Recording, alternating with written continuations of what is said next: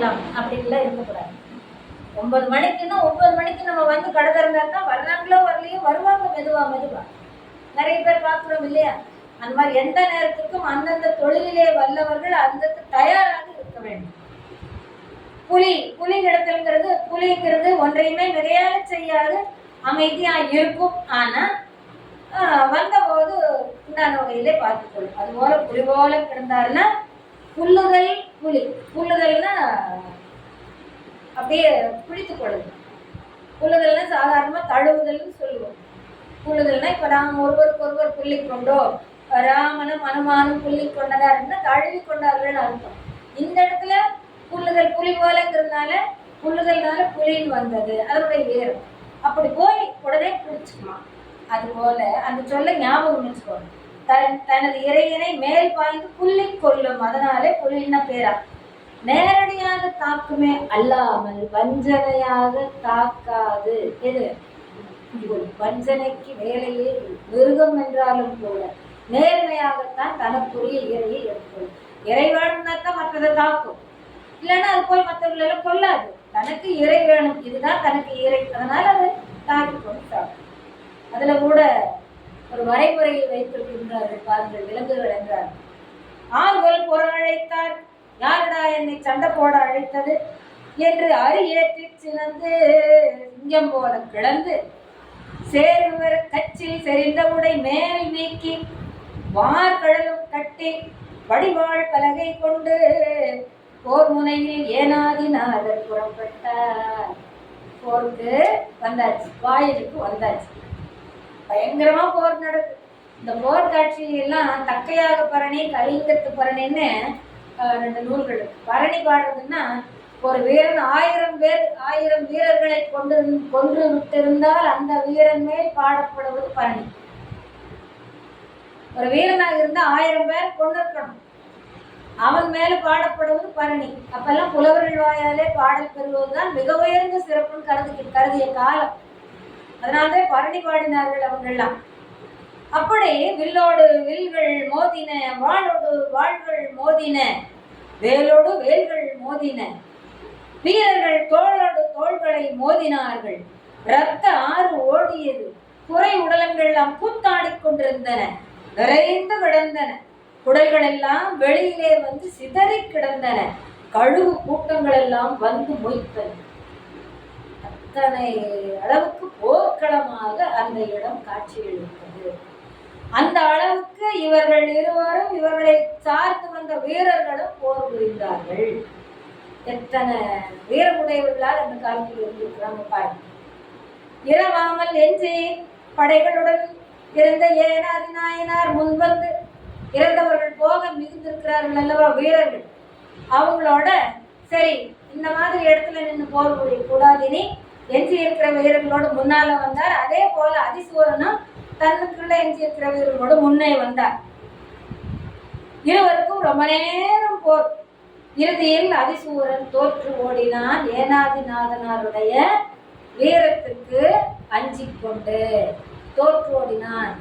ரொம்ப கேவலம், புறமுதுகு ஓடினான், புறமுதுகு காட்டி ஓடினான். அந்த காலத்துல வீரர்கள் புறமுதுகு காட்டி ஓட மாட்டார்கள், நெஞ்சிலே வாளை தாங்கி உயிர் விட்டு விடுவார்களே அல்லாமல் புறமுதுகு காட்டி கோழையாக ஓட மாட்டார்கள். இவன் ஓடிவிட்டான், அதிசூரன் போய்விட்டானே தவிர உறக்கமே வரவில்லை. அந்த இரவு முழுக்க உறக்கமே வரவில்லை. புறமுதுகு காட்டி ஓடி வந்து விட்டோமே, ஏனாதிநாதனுக்கு தோற்று விட்டோமே, யாருக்காவது தூக்கம் வருமா? வரவே இல்லை. அப்ப தூக்கம் வராத போது இறுதியிலே இவனை எப்படி வெல்வது, வென்றே ஆக வேண்டும், எப்படியாவது வென்று விட வேண்டும் என்ற அந்த எண்ணம் ஓடிக்கொண்டே இருக்கின்ற நேரத்துல சரி இவனை வென்று விடுவோம் என்று நினைத்தான். எப்படி? இந்த ஏனாதி நாயனாருக்கு திருநீர் வச்சவங்களை கண்டா ஒண்ணுமே செய்ய வணங்கி போய் அந்த ஒரு தன்மையை அதிசூரன் முன்பே அறிந்திருந்தார். ஏன்னா இவர் பலர் முன்னால அப்படி நடந்திருக்கலாம், அதை அதிசூரனும் பார்த்திருக்கலாம். அவர் வேண்டுமென்று அப்படி நடக்கவில்லை, இயல்பாக அவருக்குள்ள குணம். திருநீர் வைத்தவர்களை கண்டால் வணங்கி வழிபடுவது அவருக்குண்டான தகைமை. இதை அறிந்து வைத்திருந்தான் இந்த அதிசூரன். அதனால வீட்டுக்கு போயிட்டு நாம் இருவரும் தனியாக போர் புரிவோம், ஒரு இடத்துக்கு வான்னு சொல்லி அந்த இடத்தை குறிப்பிட்டு வர சொல்றார். அதிசூரன் சொல்றார், ஆளருக்கு சொல்றார். உடனே ஏனாதிநாதரும் அவன் குறிப்பிட்ட இடத்துக்கு அவருக்கு என்ன வழக்கம் போல வரவர் தானே, என்னன்னாலும் பூஜை முடிச்சுட்டு தான் வருவார், திருநீர் வச்சுட்டு தான் வருவார். பூஜை முடிக்கிற போதே திருநீர்ல வச்சு அனுஷ்டானம் பண்ணி பூஜை பண்ணணும்.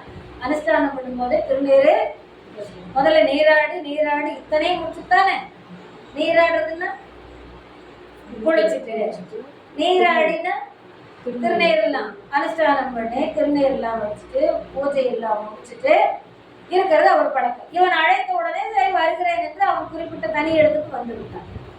தனி இடத்துக்கு வந்து அவன் வரும் வரையிலும் ஒரு இடத்துல நிற்கிறான்.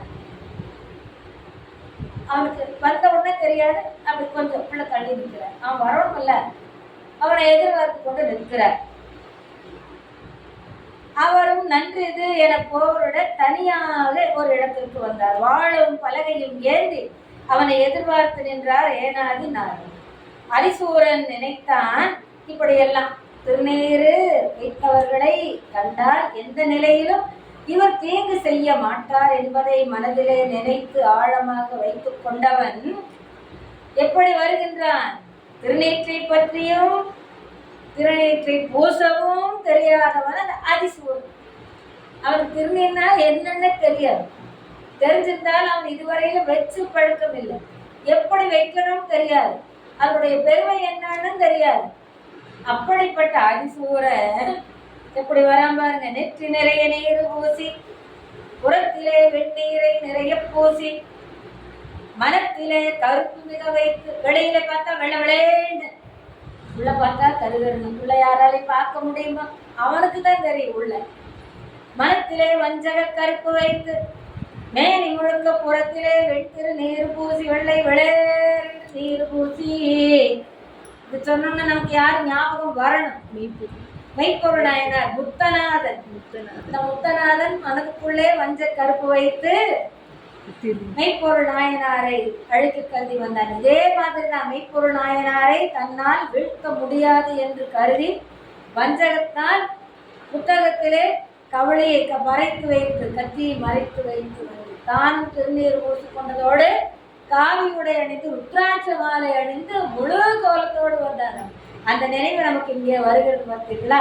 அப்படி மனதுக்குள்ளே வஞ்சக கற்பு வைத்துக் கொண்டு மேல் முழுக்க திருநீர் வெண்ணீராக பூசிக்கொண்டு வாழும் பலகையும் கையில் ஏந்தி கொண்டு குறிப்பிட்ட அந்த தனி இடத்தில் வந்து சேர்ந்தான். புரிவதற்கு வந்தான். ஏனாதிநாதரோ தன்னுடைய உணவுக்கு என சிங்கம் பார்த்து கொண்டே இருக்கும் அல்லவா, அது போல காத்து கொண்டு இங்க நின்று கொண்டிருக்கிறார். இவர் நிலை கண்ட அதிசூரன் ஏனாதிநாதரின் பக்கத்தில் வந்து போர் புரிய வருகின்றார். அவனும் வந்து கொண்டிருக்கின்றான். இவரும் இனி நாம் இங்கே இருக்கக்கூடாது, சென்று போர் புரிவோம் என்று ஒரு அடி எடுத்து வைக்கிறாரு. அதுவரையிலும் இந்த பலகையாலே தன் முகத்தை மறைத்து கொண்டு வாளை எடுத்துக்கொண்டு வந்த அதிசூரன் அவர் அருகிலே ஒரு காலை எடுத்து போர் புரிய வந்தோன்னு டக் என்று அந்த பலகையை கீழே இறக்கி விடுகின்றான். தன் முகத்தை காட்டுகின்றான்.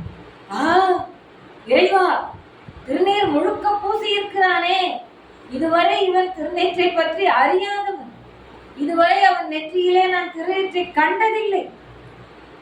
இன்று இவன் பூசி வந்திருக்கின்றானே, ஐயோ கெட்டே என்று நம்மெல்லாம் அப்படியே பயத்திலே, என்ன இறைவன் அடியாரை நாம் வாழ்கொண்டு வீழ்த்த வந்து விட்டோமோ என்ற பயத்திலே நடுநடுங்கி அப்படியே நிற்கின்றார். சரி, இவன் இப்படி வந்திருக்கின்ற நேரத்திலே நாம் வாழ்கொண்டு போர் செய்யக்கூடாது, எரிந்து விடுவோம் அப்படின்னு பலகையும் வாழையும் கீழே ஏறி போறாரு. அப்ப மனசுக்குள்ள ஒரு எண்ணம் வரும், எரியக்கூடாது. எப்படி நிராயுதபாணியாக இருக்கின்ற ஒருவனை இந்த வன்மையானவன், வஞ்சகனானவன், கொல்லாதவனாகிய அதிசூரன் என்றாலும் அவன் ஒரு வீரனாக எதிர்த்து வந்து விட்டான். நிராயுதபாணியை கொன்றான். இவன் என்ற பெயர் இவனுக்கு வந்துவிடக் கூடாது. எந்த நிலையிலே நின்று கொண்டு என்ன மாதிரி நினைக்கின்றார் என்று அந்த பலகை கையிலே முடிச்சிட்டாரு, வாழை கையிலே முடிச்சிட்டாரு, நிற்கிறார்.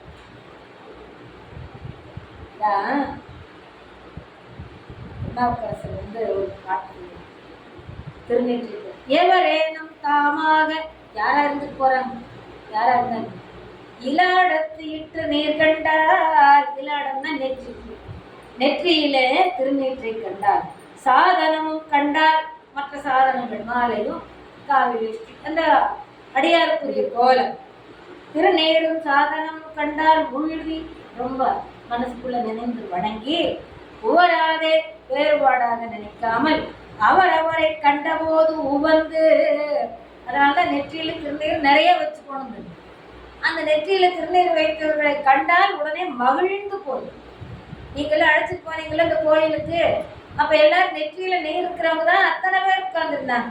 அவங்கள பகையோ உறவோ நமக்கு யாரையும் தெரியாது. எல்லாரையும் கண்ட உடனே நம்ம கண்ட போது அவங்களுக்கு மகிழ்ச்சி, அவங்கள கண்ட போது நம்மளுக்கும் மகிழ்ச்சி. அப்படி அவர் அவரை கண்டபோது உவந்து அடிமை திறம் நினைந்து. சிவனடியா, நானும் சிவனடியா, உங்களுக்கு அடிமை, உங்களுக்கு பணி செய்வேன், அந்த எண்ணம் பணிவு வந்துடணும். அடிமை திறம் நினைந்து அங்கு உவந்து நோக்கி, அங்கு வந்து நோக்கி அப்படின்னு அந்த சொல்ல எடுத்துக்கலாம். அங்கு உவந்து நோக்கின்னு எடுத்துக்கலாம். அந்த சொல் அருமையான சொல்.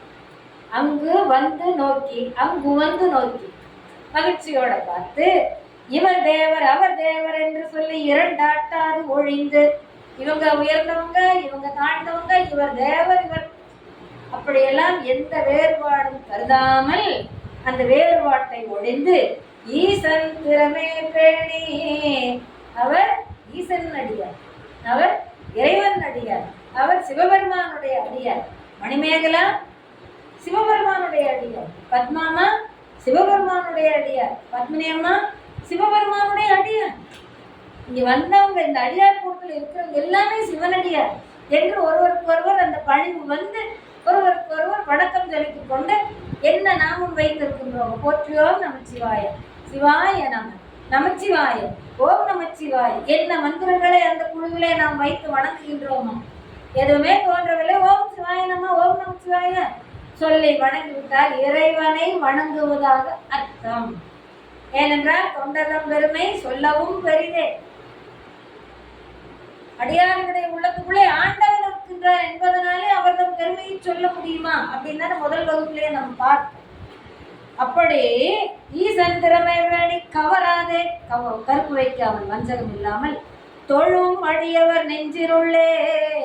யாரெல்லாம் அப்படி தொழுகின்றார்களோ, ஒருவருக்கு ஒருவர் தொழுது கொள்ளுகின்றார்களோ அவர்களுடைய நெஞ்சினுள்ளே, அவங்களுடைய நெஞ்சுக்குள்ளே யாரை காணலாம்? கன்றாப்பூர் நடுதறியை காணலாமே.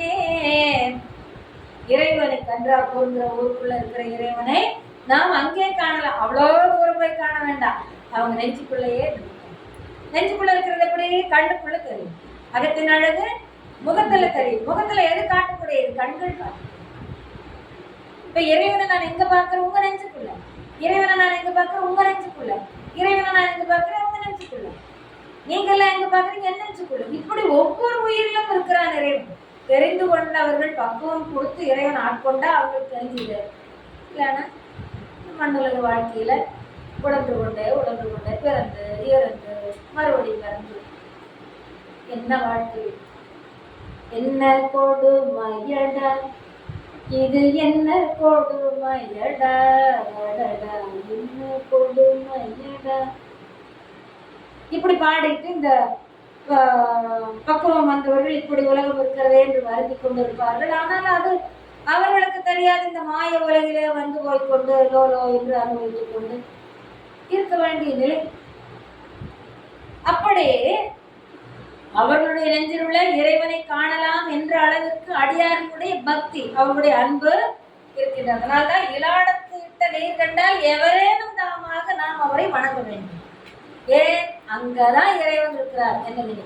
அதனால இவர் அந்த கருவிகளை கீழே போடாமல் கையிலேயே வைத்துக் கொண்டு ஒன்றும் பேசாமல் வாழாது நின்றார். இந்த வஞ்சக கருப்பு வைத்த அந்த அதிசூரன் அந்த எண்ணம் எல்லாம் அவனுக்கு இல்லை. அந்த உயர்வான எண்ணத்தோடு ஏனாதிநாதர் இருக்கின்றார் என்ற எண்ணமே அவனுக்கு கிடையாது. வஞ்சகமானவன் அல்லவா. அந்த நிலையை பயன்படுத்தி கொண்டு ஒரே வீச்சாங்க தான் நினைந்த அப்பரிசே செய்தார். என்ன சொல்றாரு? நானாவது ஒரே வீச்சாகன்னு வேற சொல்லி போட்டேன். அவரு அதை சொல்ல மாட்டார். அடியாருக்கு ஒரு துன்பம் வந்தபோது அழுது புலம்புபவர் நம்முடைய சேர்க்கிறார்கள். அதை தன்னுடைய பாடல்களிலே ஒவ்வொரு வாசகத்திலும் ஒவ்வொரு வரியிலும் சொல்லி இருப்பார். அப்படி இவர் குறிப்பின் வழி நிற்பேன் என்று ஏனாதிநாதர் கையிலே இருக்கக்கூடிய பலகையையும் வாழையும் கையிலே அமைதியாக வைத்துக் கொண்டு நின்றாரே. அப்போ இந்த கடையவன் என்ன செய்தான்? கண்ட பொழுதே கெட்டேன். ஏனாதி நாயனாருடைய வருத்தம். கண்ட பொழுதே கெட்டேன், முன்பு இவர் மேல் காணாத வெண்திரு நீற்றின் பொலிவு மேல் கண்டேன். முன்பு இவன் நெற்றியில் காணாத வெண்திரு நீற்றின் பொலிவு மேற்கண்டேன். போர்க்களத்துல தன்னை கொல்ல வந்தவனுடைய எதிரிலே நின்று கொண்டு என்ன பேசுகிறார்? இவனுடைய அழகான நெற்றியிலே அழகு பொருந்த வெந்நீர் இருக்கின்றதை. அழகெல்லாம் நினைக்க தோணுமா? அப்ப எது அழகு? வெந்நீற்றினுடைய அழகு அவருடைய உள்ளத்திலே பெருமானை நினைத்து, இதுவரையிலும் இவன் நெற்றியிலே இதை நான் கண்டதே இல்லை, இன்று அழகுபட நீர் பூசி வந்து நிற்கின்றான். இனி என்ன நான் செய்வது? அண்டர்பிரான் சீரடியார் ஆயினார். சிறப்பு மிக்க அடியார். இந்த ஒரு நேரத்திலே, வஞ்சகமாக வைத்த நேரத்திலே ஏனாதி நாயனார் என்ன சொல்லுகிறார்? சிவபெருமானின் சீரடியாரான சிறப்பு மிக்க அடியாரான திருநீற்றினுடைய அந்த மகிழ் அதை எப்படி பயன்படுத்தி கொண்டார் பாருங்கள். அந்த அரிசோர் அண்டர்பிரான் சீரடியார் ஆயினார் என்று மனம் கொண்டு இவரும் கொள்கை வழி நிற்பே. சரி, இவருடைய கொள்கை வழியே நாம் இருப்போம் அப்படின்னு சொல்லிட்டு அமைதியா நிற்கிறார். கைவாளுடன் பலகை நீக்க கருதி கைவாளுடன் பலகையை நீக்கிவிட்டார். வாழ் இந்த பக்கம் அந்த பலகை வச்சிருக்கிறாரு.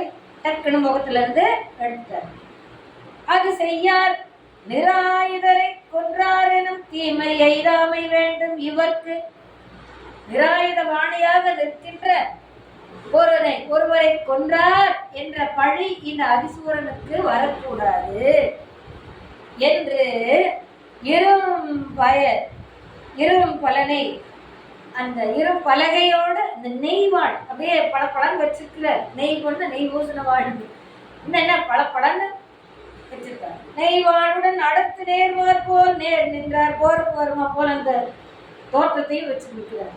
சும்மா நின்றாருன்னா கூட அவன் ஏதோ நினைச்சுக்குவான்னு போருக்கு வர மாதிரி எப்படி எல்லாம் நடிச்சிருக்காங்க பாருங்க. தன்னுடைய உள்ளத்துல இறைவன் அதிகாரம் சொன்னோன்னா அவன் கருத்து என்னவோ அதை நினைச்சு போகட்டும். ஆனா நிராயுதவானை கொண்டு விடக்கூடாது, வாழா நிற்கக்கூடாது. இந்த வாழையும் பலகை கையில வச்சு போருக்கு வர மாதிரி இப்படி நிற்கிறார். ஒரு ஸ்டாச்சு மாதிரி வச்சு கற்பனை பண்ணி பாருங்க. அந்த மாதிரி தீவில் அப்படிதான் வச்சிருக்காங்க அந்த ஜெயில. அப்படி ஐயோ அதை கொடுமையான அப்படி போருக்கு வருவது போல ஆயத்தமா நிக்கிற மாதிரி நிற்கிறார். பலகை கொஞ்சம் பின்னால வாழை கொஞ்சம் அப்படி முன்னால. இதுவரை அவர் நெற்றியில் கண்டதிலே வஞ்சனையால் வெல்ல எண்ணினான். இவர் முன்னாலே வேற எதையும் நாம் நினைக்க முடியாது. சிவபெருமானின் சீரடியார் ஆனதுனால அப்படியே நின்று விட்டார். அந்நின்ற தொண்டர் திருவுள்ளம் யார் அறிவார்? அப்படி நின்ற தொண்டராகிய ஏனாதி நாதனாருடைய திருவுள்ளத்தை யார் அறிவார்? அவன் தான் அறிவார். யார் அறிவார்? இறைவன் தான் அறிவார். மற்ற யாராலும் அந்த நிலையை அறிய முடியாது. நாம் எல்லாருமே என்ன நினைப்போம்? வெவ்வேறு விதமாக மனங்களிலே நினைப்போம். இவர் என்ன கோழையா, எத்தனையோ நினைப்போம். அந்நின்ற தொண்டர் திருவுள்ளம் யார் அறிவார்? அந்த வகையில் நின்ற தொண்டருடைய உள்ளத்தை யார் அறிவார்? முன் நின்ற பாதகனும், அவருக்கு முன்னாலே நின்ற பாதகன் யாரு? அதிசூரன். எத்தனை பேர் கொடுக்குறாங்க பார்த்தீங்களா? வஞ்சக்கல்வன், வஞ்சக கருப்பு வைத்தவர் பாதகன். அநியாயமா கொடுமை செய்யறவங்களுக்கு பேர் பாதகம். வஞ்சகமா தெரியாமல் வந்து செய்யறதுக்கு பேரு பாதகம். கூடவே இருந்துட்டு இருக்கிற நேரத்தில் தெரியாம டக்குன்னு செஞ்சு போடுறாங்க பாருங்க, பாதகம். அதுக்கு மேல் ஒரு கெட்ட சொல்லால் அவங்கள சொல்லவே முடியாது. அப்படி சேர்க்கிறாருக்கு வந்தது போகும். முன் நின்ற பாதகனும் தன் கருத்தை முற்றுவித்தான். தன்னுடைய கருத்தை முற்றுவித்தான். இன்னென்ற தன்மை அறிவார் இவருக்கு அருள மின் நின்ற செஞ்சடையாராமே வெளி நின்றார். அந்த நேரத்தில் இவருடைய தன்மையை அறிந்த சிவபெருமான் என்னை போல முன்னாலே தோன்றி நின்று அம்மையோடு தோன்றி நின்று தன் திருவடிக்கு வருகின்ற அந்த பலனையும் கொடுத்து விட்டு சென்றார்.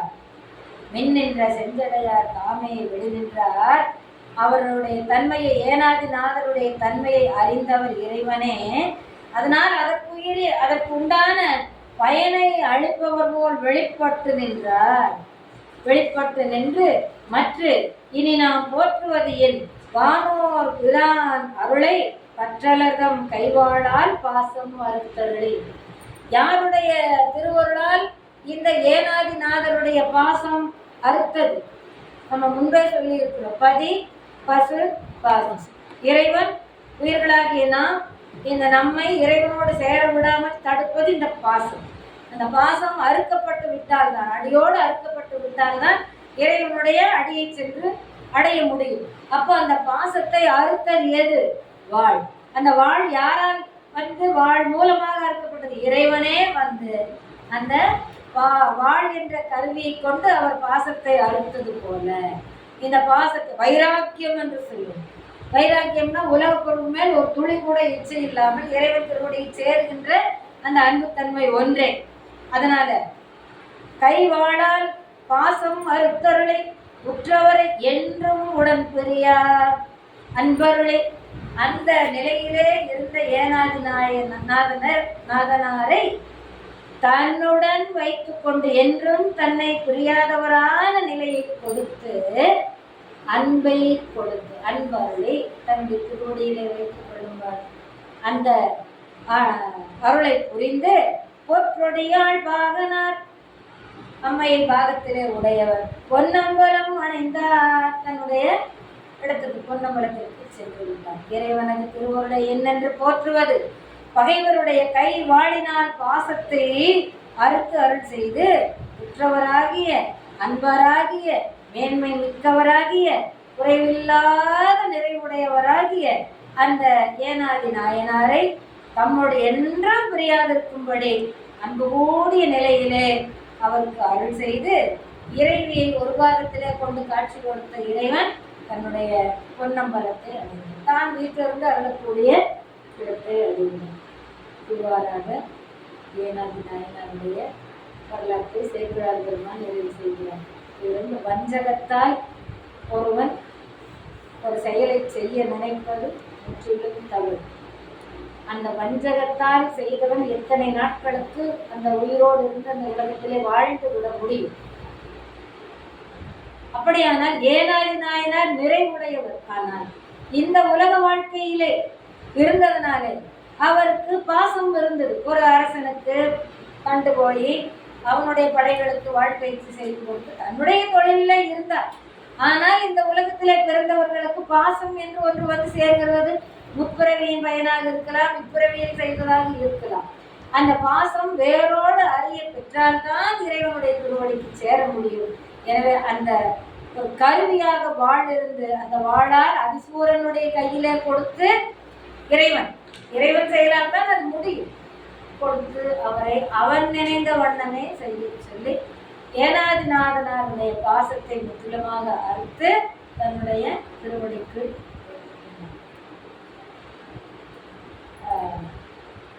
திருவாசகத்துல ஒரு பாட்டு என்ன, அந்த அச்சோப்பத்துல முக்திநெறி அறியாத மூர்க்கரோடு முயல்வேறி பக்திநெறி அறிவித்து பழவினைகள் பாரும் வண்ணம் சித்தமலம் அறிவித்து சிவமாக்கி எனையாண்ட அத்தன் எனக்கு அருளியவார் யாருக்கு பெறுவார் அச்சோவே. செம்மை நலம் அறியாத சிதடரோடும் திரிவேனே மும்மை மலம் அறிவித்து முழுதாக்கி எனையாண்ட அம்மை எனக்கு அருளியவாறு யார் பெறுவார்? அறிவித்து விடுதல் அடியோட நீக்கிடு. அவர் பாசம் மலங்களினாலே சுற்றப்பட்டிருக்கின்றோம். அந்த மலத்தை எல்லாம் அறிவித்து இறைவன் ஆனதுவே அவர் காலம் வரும் பொழுது தன்னுடைய திருவடியிலே அழைத்து கொண்டார் என்று ஏனாதிநாதனுடைய வரலாற்றை சேக்கிழார் நிறைவு செய்கிறார் என்று சொல்லி இந்த அளவிலே நாம் நிறைவு செய்வோம். வான்முகில் வாழாது பெய்க மழை வளம் துறக்க மன்னன் கோன்முறை அரசு செய்க உலகில்லா உயிர்கள் வாழ்க நான்மறை அறங்கள் ஓங்க நற்றவம் வேள்வி மல்க மேன்மைகள் சைவ நீதி விளங்குக உலகம் இல்லா மேன்மைகள் சைவ நீதி விளங்குக உலகம் இல்லா மேன்மைகள் சைவ நீதி விளங்குக உலகம் இல்லா. சிற்றம்பலம்.